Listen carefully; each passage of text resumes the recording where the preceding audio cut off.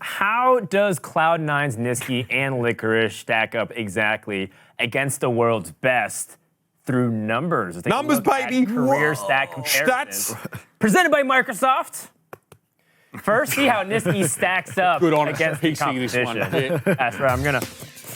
Goes the distance it does, yeah. And, well, according to my calculations, Nisqy is 61, 71% against caps. That's not too bad.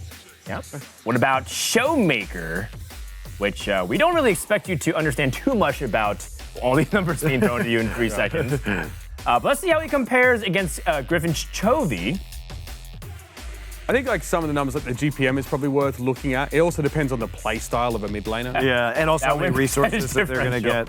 Yeah, it's a low sample size. But let's see how he compares to some of the other players, like the most famous mid laner in the world, SK Telecom's Faker.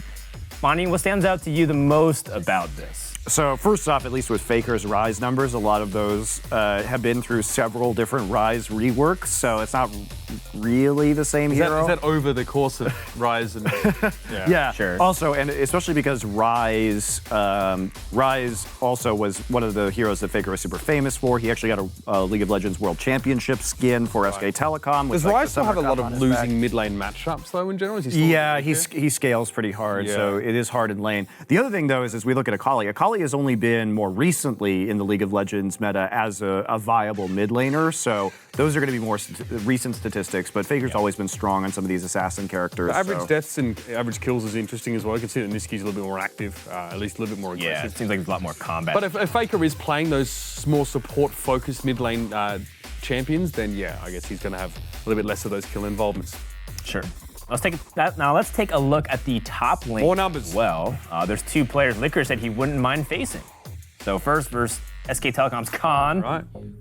Which the Aatrox, obviously super strong right now, one of Licorice's specialties. So especially, you have to keep in mind too that in general, obviously NA has been historically an easier region. So as we look at Faker's entire career, you have to keep that in mind with some of these win percentages. And also, you know, Licorice has been doing very well on a C9 team that's been pretty strong the last couple of years. And Aatrox does get through to pick and ban relatively frequently at the moment, so it's not super rare. This is Bwipo. He said he's had a rough couple matchups in this head-to-head.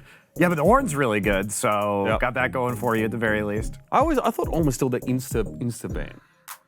It's first rotation. Yeah, it's been changing quite a bit.